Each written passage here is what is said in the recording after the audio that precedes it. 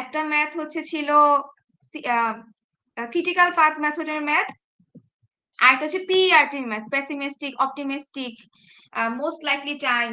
এই দুই ধরনের ম্যাথ আমাদের খুবই দরকার। এই দুই ধরনের ম্যাথ আমাদের ভালো করে প্র্যাকটিস করতে হবে। এই দুই ধরনের ম্যাথ থেকে অবশ্যই কোয়েশ্চেন আসবে। আচ্ছা, তারপরে আসি যে এখান থেকে আমরা এই স্লাইড থেকে আর কি কি পড়বো। এই স্লাইডে তোমরা তো দেখবা যে এখানে আমি অলরেডি ম্যাথ করে দেওয়া আছে। এগুলা আমরা কিন্তু আমাদের লেকচার নোটেও কিন্তু ম্যাথ প্র্যাকটিস করেছি, অনেক ম্যাথ প্র্যাকটিস করেছি, তো ওগুলা অবশ্যই ফলো করবা। এখান থেকে আর কি কি পড়তে ম্যাম, পারো? পিআরটি থেকে কিভাবে কোশ্চেন আসবে? মানে এ বি এম এর ভ্যালু দেওয়া থাকবে, আমরা কি জেড এর ভ্যালু বের করব? আচ্ছা আচ্ছা, তোমার দেখাচ্ছি।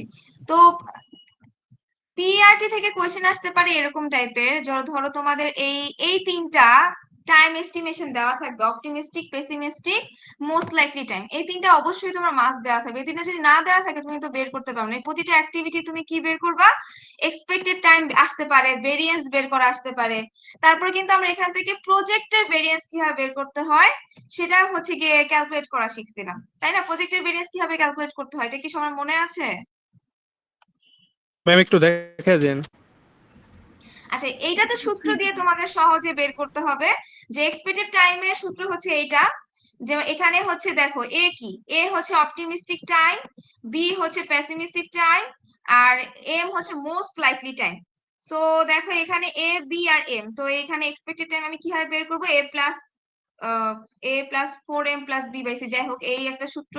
আর ভ্যারিয়েন্স অফ টাইমের সূত্র, এখান থেকে আমরা সুন্দর করে এই যে আমাদের প্রতিটা টাস্কের জন্য এক্সপেক্টেড টাইম আর ভেরিয়েন্স অফ টাইম বের করে ফেলতে পারবো, কারণ প্রতিটা টাস্কের জন্য এরকম অপটিমিস্টিক আর পেসিমিস্টিক, মোস্ট লাইকলি টাইম দেওয়া আছে। সো এতখানি পোর্শন, এই যে প্রথম 4টা কলাম, এইটা তোমাদের দেওয়া থাকবে। তো তোমাদের কি বের করতে হবে? এক্সপেক্টেড টাইম বের করতে হবে আর ভেরিয়েন্স বের করতে হবে। Okay fine. এরপর আমাদের যেটা বের করতে হয় যে মেইন আমাদের উদ্দেশ্য কি? প্রজেক্টের ভেরিয়েন্স আর প্রজেক্টের স্ট্যান্ডার্ড ডেভিয়েশন বের করা। তো প্রজেক্টের ভেরিয়েন্স যখন আমি বের করব তখন আমাদের তাদেরটাই সেই ভেরিয়েন্স গুলাই যোগ করতে পারবো, সেই ভেরিয়েন্স এর যে টাস্ক গুলো ক্রিটিক্যাল টাস্ক আসছে। আমি ধরলাম যে এ, ডি আর জি আমাদের ক্রিটিক্যাল টাস্ক। তাহলে আমি এ, ডি আর জি এর যে ভেরিয়েন্স, এই যে 0.11 আর ডি এর 0.44 আর জি এর 1.78, এই তিনটাই যোগ করব। নন ক্রিটিক্যাল টাস্কের ভ্যারিয়েন্স যোগ করা যাবে না। সো প্রজেক্ট ভ্যারিয়েন্স আসলে নির্ভর করে তার ক্রিটিক্যাল টাস্কের ভ্যারিয়েন্স এর উপরে। সো এখানে তুমি যদি দেখো যে এখানে আমরা দেখতেছি যে প্রজেক্টের ভেরিয়েন্স, এটাকে সিগমা স্কয়ার দিয়ে প্রকাশ করা হয়। Variance of activities on critical path, summation of variance of activities on critical path. So যে আমাদের ক্রিটিক্যাল পাথের যে ক্রিটিক্যাল অ্যাক্টিভিটিস এর যে ভেরিয়েন্স গুলা, সেগুলো একমাত্র আমরা যোগ করে প্রজেক্টের ভেরিয়েন্স পাবো। দেন তো সোজা যে স্ট্যান্ডার্ড ডেভিয়েশন কিভাবে বের করবো? রুট ওভার, যেটা এটা রুট করে সিগমা দিয়ে কি স্ট্যান্ডার্ড ডেভিয়েশন বের করা যায়। তো স্লাইডের এই পর্যন্ত আসলে পড়া, হ্যাঁ। তো এই পর্যন্ত তোমরা ম্যাথমেটিক্স এখান থেকে কিভাবে তোমরা পড়বা?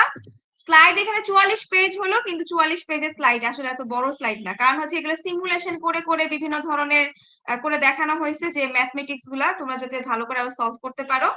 সো মেইনলি এখান থেকে যেগুলো ইম্পর্টেন্ট কি, যে প্রথম দুইটা ম্যাথ আমাদের মাস্ট ইম্পর্টেন্ট, দুইটা ম্যাথ আমরা ফার্স্টে এই স্লাইড থেকে প্র্যাকটিস করব।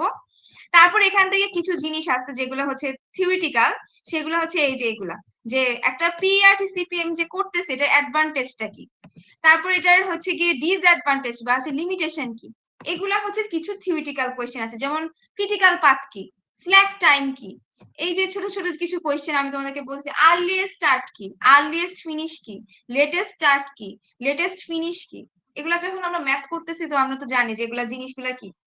সো এগুলা তোমরা থিওরির জন্য মাস্ট পড়বা। সো এই দুইটা ম্যাথ করবা, আর এই যে কিছু সিপিএম এর এখানে অ্যাডভান্টেজ ডিসঅ্যাডভান্টেজ যেগুলো আছে সেগুলো আশা করি পড়লেই হবে। তো স্লাইড 1 আর স্লাইড 2 মোটামুটি আমাদের এইটা সিটি সিলেবাসে ছিল। এই স্লাইড 1 আর স্লাইড 2 তে কি কারো কোনো ধরনের কোশ্চেন আছে?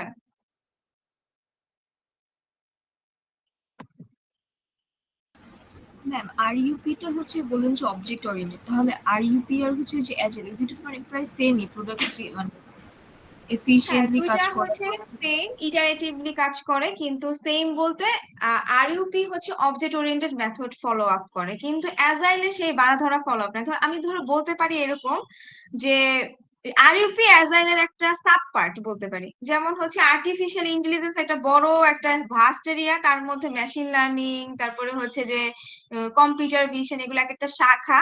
সেম ভাবে আমি বলতে পারি যে এটা একটা অ্যাজাইল মডেল, একটা ভাস্ট মডেল, যেটার মধ্যে একটা, এই মডেলের মধ্যে এরকম ইটারেটিভলি একটা মডেল যেটা হচ্ছে একটা কর্পোরেট শাখার জন্য একটা specific model object oriented method ব্যবহার করে, সেটাকে বলা হচ্ছে আরইউপি মডেল। সেম ভাবে তুমি যদি দেখো অ্যাজাইল মডেলের যে ফেজ গুলা আর আরইউপি মডেলের ফেজ গুলা কিন্তু সেম না। আরইউপি মডেলের ফেজ আমরা প্ল্যানিং বলি, ইনসেপশন, তারপরে হচ্ছে ইলাবোরেশন, কনস্ট্রাকশন, ট্রানজিশন, এগুলা হচ্ছে জাস্ট ডিফারেন্স হচ্ছে এই জায়গাতে যে অবজেক্ট ওরিয়েন্টেড মেথড ফলো করে আরইউপি মডেল।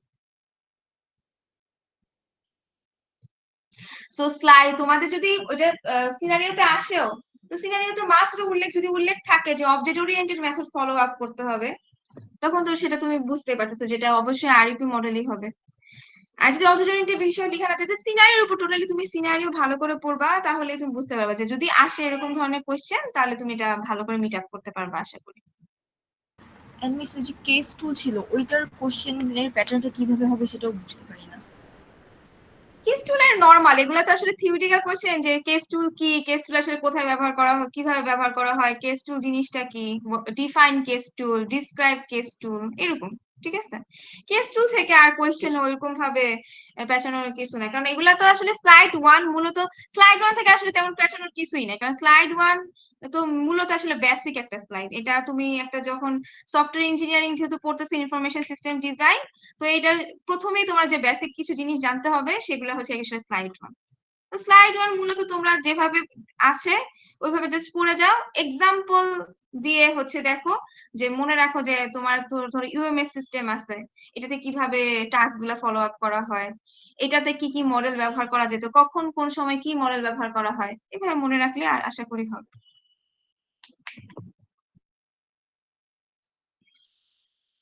ওকে, তাহলে আমি হচ্ছে স্লাইড 3 থেকে শুরু করে, যেটা তোমাদের সিটিতে ছিল না, বাট স্লাইড 3 কিন্তু স্লাইড 2 এর বলতে পারি একটা একটার সাথে একটা রিলেটেড।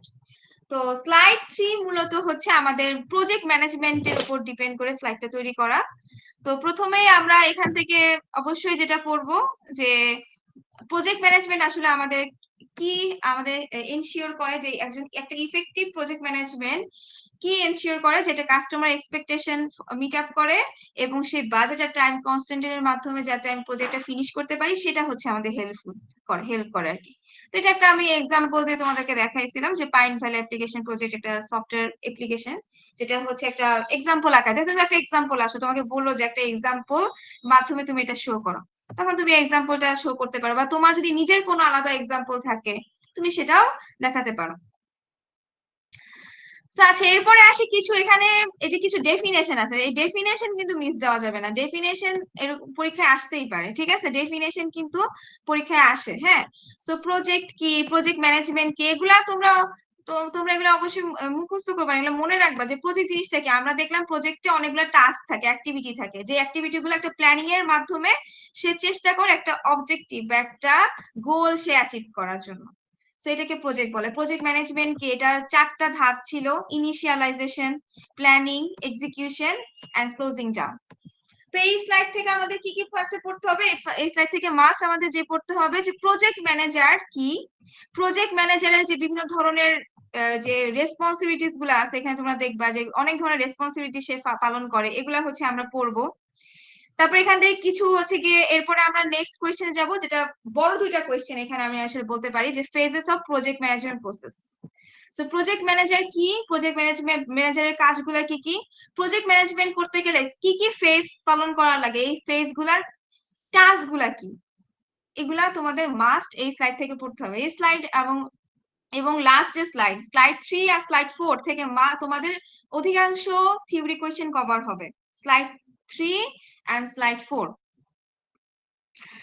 সো এখান থেকে আমি এগুলা পড়বো। আর হচ্ছে এই যে কিছু কিছু তোমরা এখানে দেখবা এসএসআর কি, ফিজিবিলিটি স্টাডি কি, তারপর কিছুক্ষণ আগে দেখাচ্ছিলাম যে প্রজেক্ট কি, প্রজেক্ট ম্যানেজমেন্ট কি, এই ছোট ছোট যে ডেফিনেশন গুলা, সেগুলো হচ্ছে তোমরা মাস্ট হচ্ছে পড়বা।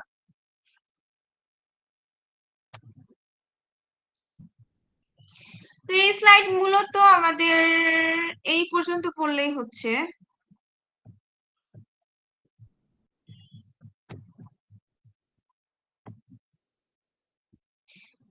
এই যে 15 পেজ পর্যন্ত পড়লেই হচ্ছে, বাকি যে স্লাইড গুলা করা সেগুলা কিন্তু ওই তোমরা প্র্যাকটিস যে কি অলরেডি স্লাইড 2 তে পড়ে ফেলছো, ক্রিটিক্যাল পাথ, তারপর পেসিমিস্টিক অপটিমিস্টিক মানে পিইআরটি যে ম্যাথ গুলা। তো এই স্লাইডে যে একটা এক্সারসাইজ এগুলো তোমরা চাইলে যে প্র্যাকটিস করতে পারো, তাহলে এটা তোমাদের হেল্প হবে। বাট এই স্লাইডের মেইন পড়া হচ্ছে এই 15 পেজ পর্যন্ত, স্লাইডটা ছোট।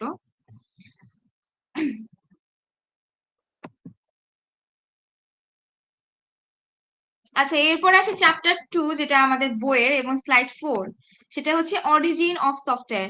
এই অরিজিন অফ সফটওয়্যারের মধ্যে মূলত কোয়েশ্চেন 4 প্রকার কোয়েশ্চেন গুলা কি কি আমি একটু বলি। প্রথম কোয়েশ্চেনই হবে যে হচ্ছে আউটসোর্সিং কি এবং আউটসোর্সিং এর কারণে কি কি ধরনের বেনিফিট আসলে পাওয়া যায়। এগুলো কিন্তু আমরা পয়েন্ট আউট করে পড়ছিলাম এবং স্লাইডেও দেওয়া আছে, তোমরা যদি খেয়াল করো।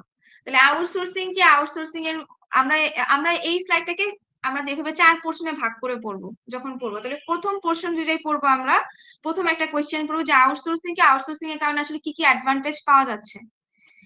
সেকেন্ড কোয়েশ্চেন আমরা যেটা পড়বো যে 6টা different type of source of software আমরা পড়েছিলাম, যে বিভিন্ন ধরনের 6টা IT firm, cloud computing, open source software, then হচ্ছে যে in house development, cloud computing.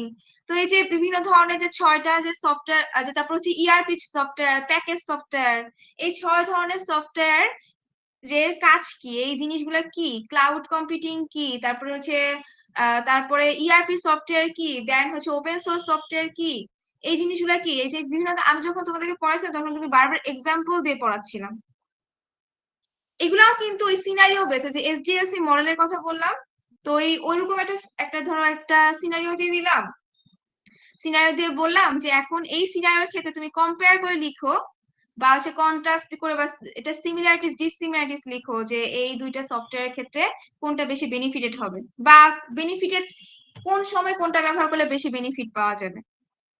তো তোমরা তাহলে কিভাবে পড়বা, তোমরা যেভাবে পড়বা সেটা হচ্ছে কি 6টা যে সফটওয়্যার সোর্স আছে আগে এক্সাম্পল দিয়ে পড়ো যে এই জিনিসগুলা কি, এটা বুঝার পরে এখন দেখো কোনটা কোন সময় ব্যবহার করা হয় বা কোনটা কোন ক্ষেত্রে ব্যবহার করা যায়, এটা তো আমরা জানি।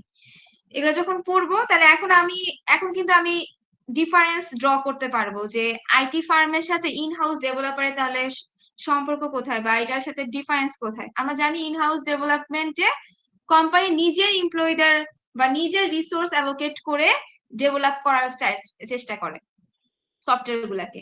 আর আইটি ফার্ম একটা আউট এক্সটার্নাল সোর্স, যেটা অর্গানাইজেশন হয়তোবা তার বহিরাগত কোনো সফটওয়্যার, তার কাস্টমাইজ সফটওয়্যার দরকার, যেটা হচ্ছে আইটি ফার্মের কাছে যে সে ওটা ডেভেলপ করার চেষ্টা করে। সো যখন তুমি এই দুইটা সম্পর্কে জানো, এখন কিন্তু তুমি ভালো করে ডিফারেন্স ড্র করতে পারতেছো। সো এই 6টা সফটওয়্যারের আমরা হচ্ছে সিমিলারিটিস কি একে অপরের সাথে কম্পেয়ার করে পড়বো আর কি। তারপর একটা কোশ্চেন আসে যে একটা অফ দ্য শেলফ সফটওয়্যার যে আমি ইভালুয়েট করব, তার 8টা ক্রাইটেরিয়া আমরা পড়েছিলাম, 8টা ক্রাইটেরিয়া, সেই ক্রাইটেরিয়াটা অবশ্যই পড়বো। তারপরে এবার আসি হচ্ছে রিউজ। রিউজ জিনিসটা কি, রিউজ থেকে কি কি ধরনের বেনিফিট পাওয়া যায়, একটা সুন্দর গ্রাফ দিয়ে হচ্ছে আমরা পড়লাম, এই গ্রাফটা প্র্যাকটিস করব। রিউজ কি পড়বো, রিউজের স্টেপ কি, আর রিউজের 4 ধরনের অ্যাপ্রোচ ছিল। অ্যাপ্রোচ কি কি ছিল, অ্যাডহক, ফ্যাসিলিটেট, ম্যানেজ, ডিজাইন, এই 4 ধরনের অ্যাপ্রোচ এবং 3 ধরনের স্টেপ ছিল। স্টেপ গুলা আমরা হচ্ছে গিয়ে এই রিউজ থেকে পড়বো। আমি একদম শেষের দিকে যাচ্ছি আর কি, দেখো এই যে। তো রিউজের থেকে এই যে রিউজের কি, রিউজ জিনিসটা কি, কোন টেকনোলজিতে ব্যবহার করা হয়, এই 2 ধরনের টেকনোলজি। তারপরে আমরা আসি যে এই যে কস্ট, রিউজ থেকে কি কি ধরনের কস্ট এবং বেনিফিট পাওয়া যায়, সেটা হচ্ছে কি ভালো করে গ্রাফ আকারে আমরা পড়েছিলাম। তারপরে এটা 3টা স্টেপ কি কি যে রিউজের ক্ষেত্রে। তো এই স্টেপ গুলো আমরা দেখবো যে abstraction, storage and recontextualization, and then লাস্টে হচ্ছে আমাদের ছিল রিউজের অ্যাপ্রোচ গুলো। তো আশা করি তোমাদের মোটামুটি 5টা থেকে 6টা কোয়েশ্চেন তোমরা পাবা তোমাদের হচ্ছে মিড টার্মের কোয়েশ্চেনে। ম্যাম কত মার্ক করে কোশ্চেন গুলো থাকতে পারে? 2 সেট হবে তো 10 মার্ক 10 মার্ক, ঠিক আছে। তো হচ্ছে ওই 5 থেকে 6, মানে ম্যাক্সিমাম 6টা আর মিনিমাম 5টা এরকম ধরনের, ঠিক আছে। মানে কোয়েশ্চেন তোমাদের এনাফ সময় থাকবে লিখার, তোমরা হচ্ছে এটা সুন্দর করে এখন এটা গুছাই নিবা, কারণ এই জিনিসটাই তো, এই আইএসডি জিনিসটাই তো তুমি যত সুন্দর করে জিনিসগুলো হচ্ছে সফটওয়্যারকে সুন্দর করে এটাকে প্রেজেন্ট করতে পারো। তো তোমাদের হিউজ সময় থাকবে, 1.5 ঘন্টা সময়। তার মধ্যে তোমাদের 5 থেকে মিনিমাম 5টা, ম্যাক্সিমাম ধরো 6টা কোয়েশ্চেন থাকতে পারে। তো আর 2টা সেট হবে। সো 2টা সেটের মধ্যে তোমরা 4টা স্লাইড থেকে বিভিন্ন ধরনের কোয়েশ্চেন ফেস করো। যে এই যে মাত্র যে কতগুলা কোয়েশ্চেন বললাম, মানে হচ্ছে এই 4টা স্লাইডে ওইগুলা যদি ভালো করে পড়ো, অবশ্যই হচ্ছে যে পরীক্ষায় ভালো করবা। তো একদম গদবাঁধা স্লাইড পড়তে বসে যাবা না। ফার্স্টে দেখবা যে স্লাইডের শুরুতেই আমি আজ এই স্লাইড থেকে আসলে এখন কি কি পড়বো, যে আমি একদম শুরুতে কিন্তু স্লাইডের ওভারভিউ দিয়ে দিতেছিলাম যে এই স্লাইডে ধরো এই 4টা কোয়েশ্চেন আমি এখন পড়বো। তারপরে আমরা হচ্ছে কি স্লাইড 1-এ যেরকম ধরো এখানে আমি ফার্স্টে যখন গেলাম প্রথমে আমি বললাম যে এসডিএলসি ফেস গুলো আগে পড়বো, তারপর মডেল, এটার যে একটা ফ্রেমওয়ার্ক আছে সেটা সম্পর্কে জানবো, আর কেস টুল এগুলো সম্পর্কে জানবো। তো এরকম যদি ধরে ধরে হচ্ছে পড়ো, তাহলে তুমি দেখবা যে টোটাল 4টা স্লাইড মিলে তোমার 12 থেকে 13টা কোয়েশ্চেনের মতো হবে। ঠিক আছে, এর থেকে বেশি হবে না, কারণ স্লাইড টু তো মূলত হচ্ছে কি ম্যাথমেটিক্যাল স্লাইডই, ওইটা তো এমনিতেই তুমি অলরেডি ম্যাথ তোমরা পারো, কারণ সিটিতে কোয়েশ্চেন তোমরা সবাই সলভ করছো। সো ওইটা যদি এভাবে কোয়েশ্চেন ধরে ধরে পড়ো, তাহলে কিন্তু তোমাদের জন্য এই মিডের সিলেবাস তোমাদের জন্য এটা সহজ হয়ে যাবে আরো বেশি পড়া।